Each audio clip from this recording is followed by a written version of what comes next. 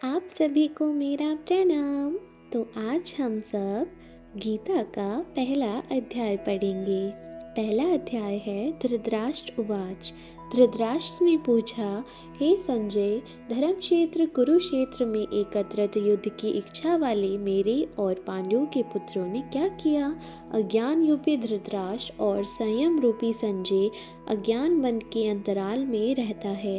अज्ञान से आवृत मन धृतराष्ट्र जन्मांध है, किंतु संयम रूपी संजय के माध्यम से वह देखता है, सुनता है और समझता है कि परमात्मा ही सत्य है। फिर भी जब तक इससे उत्पन्न मोह रूपी दुर्योधन जीवित है, इसकी दृष्टि सदैव कौरवों पर ही रहती है, विकारों पर ही रहती है।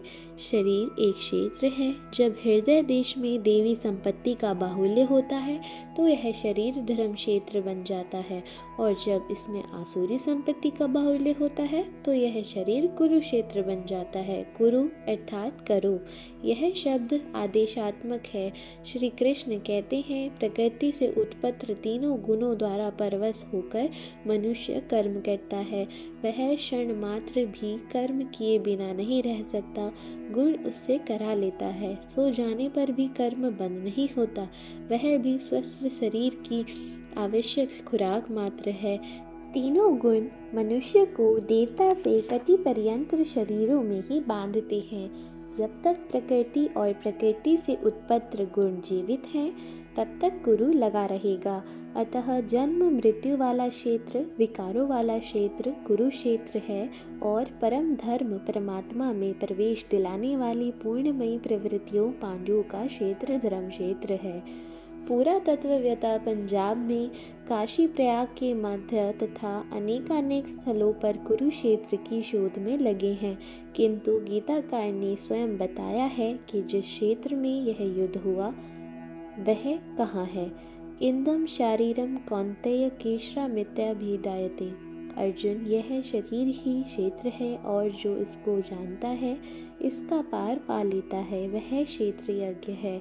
आगे उन्होंने क्षेत्र का विस्तार बताया, जिसमें 10 इंद्रियां, मन, बुद्धि, अहंकार, पांचों विकार, ज्ञानी इंद्रियों की 5 तन्मात्राएं, रूप, रस, गंध, शब्द और स्पर्श, यही इंद्रियों के 5 विषय हैं, और तीनों गुणों का वर्णन है। शरीर ही क्षेत्र है, एक अखाड़ा है। इसमें लड़ने वाली प्रवृत्तियां 2 हैं, देवी संपत्ति और आसुरी संपत्ति, पांडवों की संतान और धृतराष्ट्र की संतान, सजातीय और विजातीय प्रवृत्तियां। अनुभवी महापुरुष की शरण जाने पर इन दोनों प्रवृत्तियों में संघर्ष का सूत्रपात होता है। यह क्षेत्र क्षेत्रज्ञ का संघर्ष है, और यही वास्तविक युद्ध है। विश्व युद्धों से इतिहास भरा पड़ा है, किंतु इनमें जीतने वालों को भी शाश्वत विजय नहीं मिलती। ये तो आपसी बदले हैं। प्रकृति का सर्वथा शमन करके प्रकृति से परे की सत्ता का दृग्दर्शन करना और उसमें प्रवेश पाना ही वास्तविक विजय है। यह एक ऐसी विजय है जिसके पीछे हार नहीं है। यही मुक्ति है जिसके पीछे जन्म मृत्यु का बंधन नहीं है। इस प्रकार अज्ञान से आच्छादित प्रत्येक मन संयम के द्वारा जानता है कि क्षेत्र क्षेत्रज्ञ के युद्ध में क्या हुआ। अब जैसा जिसके संयम का स्थान है, वैसे वैसे उसे दृष्टि आती जाएगी। अब हम पढ़ेंगे संजय उवाच। उस समय राजा दुर्योधन ने व्यूहरचनायुक्त पांडवों की सेना को देखकर दुर्योधनाचार्य के पास जाकर यह वचन कहा, देवत्व का आचरण ही द्रोणाचार्य है। जब जानकारी हो जाती है कि हम परमात्मा से अलग हो गए हैं, यही देवत्व का भान है, वहाँ उसकी प्राप्ति के लिए तड़प पैदा हो जाती है। तभी हम गुरु की तलाश में निकलते हैं। दोनों प्रवृत्तियों के बीच यही परमात्मिक गुरु है। यद्यपि बाद में सद्गुरु योगेश्वर श्री कृष्ण होंगे, जो योग की स्थिति वाले होंगे। राजा दुर्योधन आचार्य के पास जाता है। मोह रूपी दुर्योधन मोह समर्पूर्ण व्याधियों का मूल है, राजा है।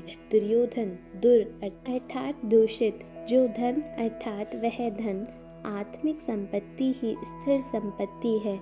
उसमें जो दोष उत्पन्न करता है वह है मोह। यही प्रकृति की ओर खींचता है और वास्तविक जानकारी के लिए प्रेरणा भी प्रदान करता है। मोह है तभी तक पूछने का प्रश्न भी है, अन्यथा सभी पूर्ण ही है। अतः व्यूहरचनायुक्त पांडवों की सेना को देखकर, अर्थात पूर्ण से प्रवाहित सजातीय प्रवृत्तियों को संगठित देखकर, मोह रूपी दुर्योधन ने प्रथम गुरु द्रोण के पास जाकर यह कहा, हे आचार्य, अपने बुद्धिमान शिष्य द्रुपद पुत्र धृष्टद्युम्न द्वारा व्यूहाकार खड़ी की हुई पांडु पुत्रों की इस भारी सेना को देखिए। शाश्वत अचल पद से आस्था रखने वाला दृष्ट मन ही धृष्टद्युम्न है। यही पूर्णमयी प्रवृत्तियों का नायक है। साधन कठिन नहीं, मन की दृढ़ता कठिन होनी चाहिए। अब हम कल सेना का विस्तार पढ़ेंगे। धन्यवाद। आप सभी का दिन शुभ हो।